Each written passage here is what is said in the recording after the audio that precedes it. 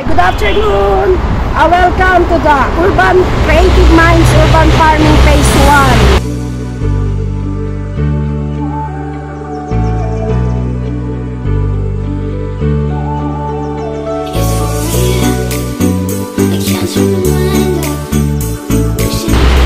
1. Nagpapasalamat po ako kay Mayor Joy Belmonte at syempre sa mga ginagawa niyang para sa urban.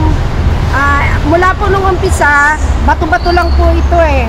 Nade-develop naman namin, ginawa naming urban, nagtatanim ng mga gulay-gulay para sa nakakatulong naman sa amin sa pamamagitan ng mga pagkain namin sa araw-araw. Pag may tumubo, mga kapitbahay nanghihingi, sharing, ganun po ang nangyayari sa amin dito. Ang mga gamit po naman na ibibigay naman po ni Mayor Joy, sa kanya po kami humingi ng lupa at saka mga buto-buto, ganun po, mga gamit po. Sa kanya rin po kami nagpapasalamat po kami ng lubos. Kasama na rin po kay Kap Irene Gonzales, ang aming po kapitana dito sa Balong Bato.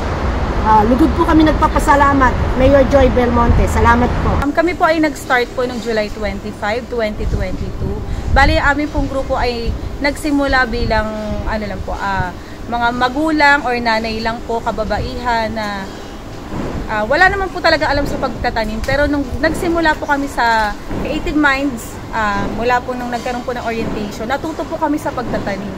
Na ngayon po ay pinakikinabangan po ng bawat pamilya sa aming grupo na ang miyembro po namin is 21 po kami, isa pong lalaki at 20 po ang mga kababaihan dito. Ayan po, nakikita nyo naman po ngayon, ang mga tanim po namin, yan po yung mga pinanggagalingan po ng niluluto namin sa pang-araw-araw, kagaya po ng mga pechay, talong, okra, yan po yung nagagamit po namin sa pang-araw-araw, sa pagkain po namin. Ayun lamang po. Maraming salamat po kay Mayor Joy Belmonte at kay Ma'am Cristina Perez po sa inyo at lalong-lalo na po kay Kapitana Irene Maglalang at sa buong konseho po ng Barangay Balong Bato. Narito tayo sa Moringa Park, no? Bakit tinawag na Moringa Park? Since kami magkakapitbahay ay madalas na gumagamit ng malunggay. Alam naman natin na yan ay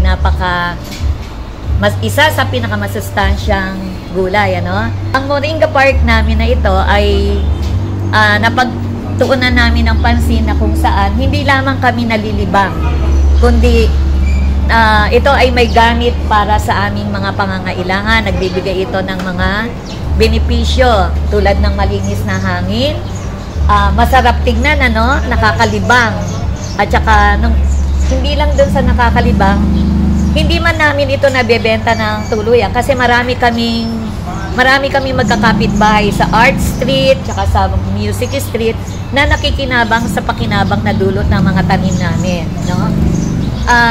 At hindi lamang iyon, ito ay tinatawag din namin, ang pamamaraan namin dito ay intercropping, ano? Since kung ano yung pakinabang na meron tayo sa mga gulay, ay gayon din ang nakukuha natin sa mga ornamental plants.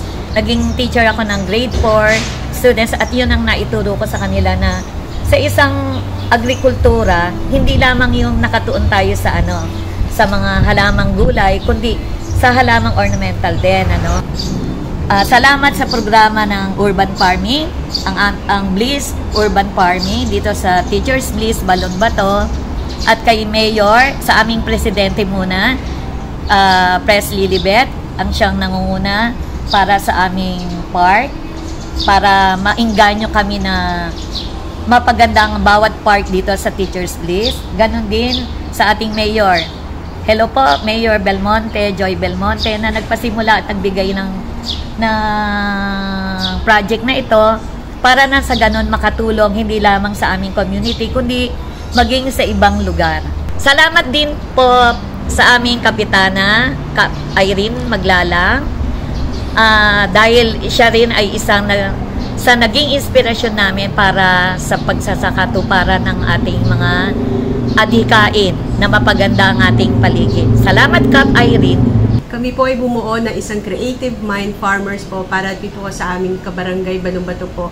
Kami po ay bumubuo ng 10 urban farmings group po na usually naka-accredited na din po kami ng DOLE sa tulong po ng ating Mayor Joy Belmonte.